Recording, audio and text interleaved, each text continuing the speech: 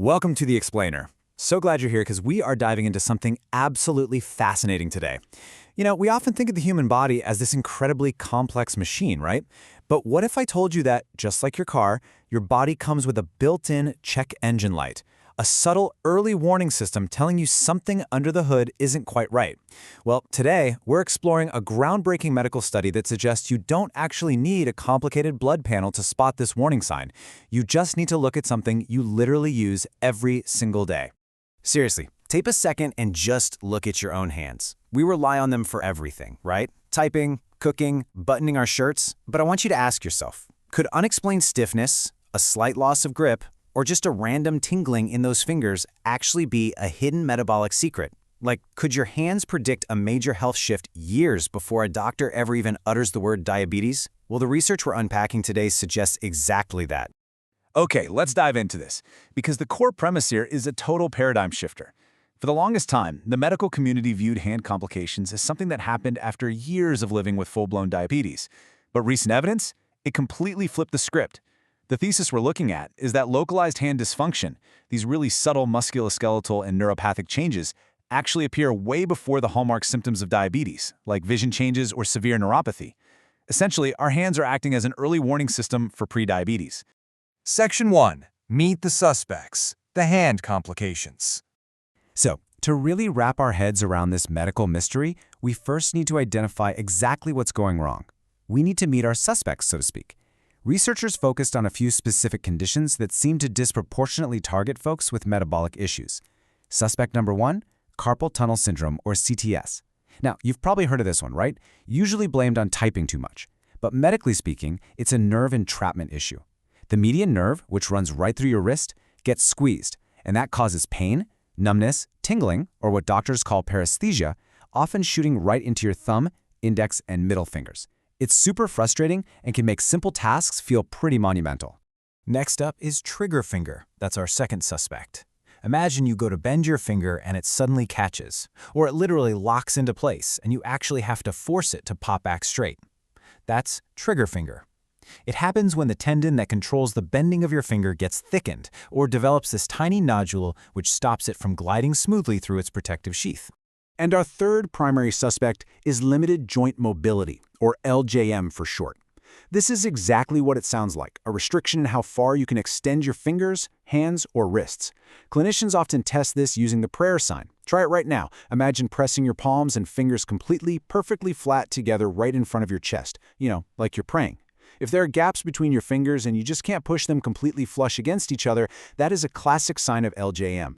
And this brilliantly illustrates exactly why this happens on a microscopic level. It's basically a 3-step cascade of quiet destruction. Step 1. Even slightly elevated blood sugar promotes the creation of AGs, advanced glycation end products. Step 2. These AGs act like biological glue. They induce collagen cross-linking, which literally stiffens your connective tissues, your tendons, your ligaments, basically robbing them of their elasticity. And finally, step 3, a metabolic process called the polyol pathway kicks in, increasing cellular swelling. So, stiff tissues plus swelling, that means nerves get trapped. The damage is done quietly, day by day. Section 2. The investigation, the 2019 prediabetes study.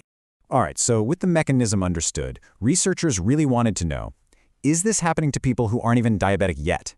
To figure this out, they set up a highly controlled observational study, which was published in the Archives of Physical Medicine and Rehabilitation. They recruited 100 pre-diabetic patients and compared them directly against 50 perfectly healthy controls. They matched everybody up closely in age and demographics to isolate the one variable they actually cared about, the metabolic effects of impaired glucose regulation. Because think about it, if hand problems were just about getting older, both groups would show the exact same rates. Now, to make sure these results were totally ironclad, the researchers didn't just ask patients how they felt. They used rigorous objective testing. First, they used the Duro-Oh's Hand Index, the DHI, to score how well participants could perform 18 everyday tasks. We're talking basic stuff like buttoning a shirt or using a key. Then they brought in a calibrated digital dynamometer to measure the exact grip strength in both hands, and they even used EMG, electromyography, to measure the electrical activity in the nerves and definitively confirm issues like carpal tunnel. Honestly, there was no guesswork here. And to top it all off, the rheumatologist performing all these hand evaluations was totally blinded to who had prediabetes and who didn't. Section 3. What the data revealed.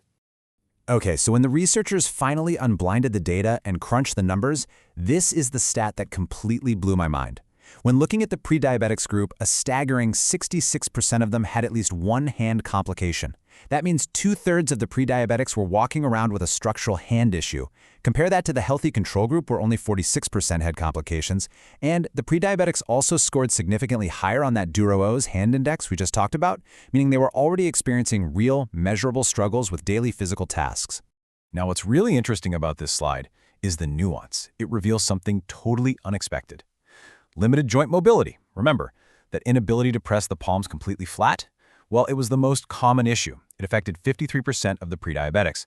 But when they ran the statistical models, LJM was not the actual culprit behind the functional decline. Yeah, it was prevalent for sure, but it wasn't the thing stopping people from buttoning their shirts or gripping their coffee mugs. Instead, the math pointed to 3 entirely different true predictors of impaired hand function. If a pre-diabetic patient had a high dysfunction score, it was mathematically driven by carpal tunnel syndrome, trigger finger, and, this is super specific, a lower grip strength in their non-dominant hand.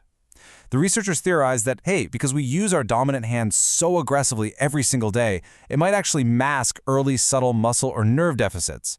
So if your non-dominant hand is getting weak, that is a major red flag.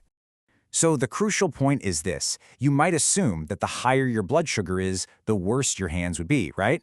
Well, actually, scratch that. That's not what the data showed at all. The exact glucose levels and HbA1c numbers, which is your average blood sugar over time, were not directly linked to the dysfunction scores, meaning you don't need sky-high blood sugar or a full-blown diabetes diagnosis to suffer these effects. The mere state of being pre-diabetic, just crossing that threshold of impaired glucose tolerance, is the primary risk factor. That alone is enough. Section 4. Takeaways and next steps. This really changes everything about how we should view metabolic health and musculoskeletal pain. It's not just, oh, I'm getting older, or I've been working too hard. So, what do we actually do with this incredible information? Well, first and foremost, if you or a loved one are experiencing unexplained hand dysfunction, decreased grip strength, or tingling, get a metabolic screening. Seriously, check that HbA1c. Beyond that, the American Diabetes Association actually recommends specific proactive care. Incorporating light stretching and low-intensity resistance exercises can dramatically enhance your dexterity and maintain your grip strength. The goal is to keep those tissues moving and functional. And please listen closely because this is a massive warning straight from the clinical guidelines. Do not just go grab a stress ball and squeeze it 1,000 times. The researchers explicitly warn against high-repetition stress ball squeezing or prolonged gripping of narrow handles. Why? Because those specific movements drastically increase the pressure inside your carpal tunnel, and they irritate your flexor tendons. You could literally end up causing the very carpal tunnel or trigger finger you are actively trying to avoid. You've got to keep it low intensity and focused on your range of motion. Bringing this all together really builds a much larger picture of our overall well-being.